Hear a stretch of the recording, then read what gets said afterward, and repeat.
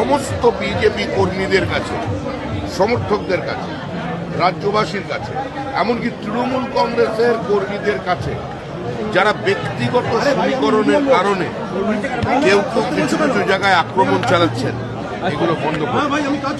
Party কোনো অবস্থায় কোনো ভোট পরবর্তী হিংসাকে গ্রহণ করবে না।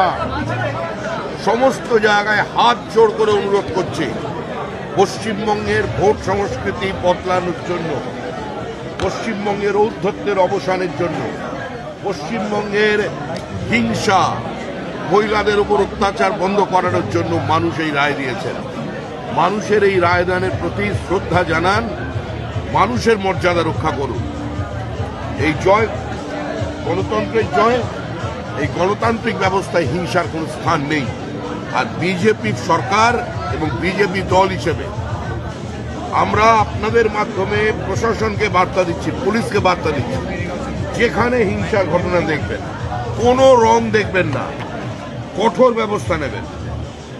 হাতে গেরুয়া পতাকা নিয়ে, মাথায় গেরুয়া আবির লাগিয়ে কিংবা বিজেপির পতাকা নিয়ে পরিচিত যত বড়ই বিজেপি নেতা হোক, স্থানীয় কোনো জায়গায় যদি আক্রমণ করেন, কড়া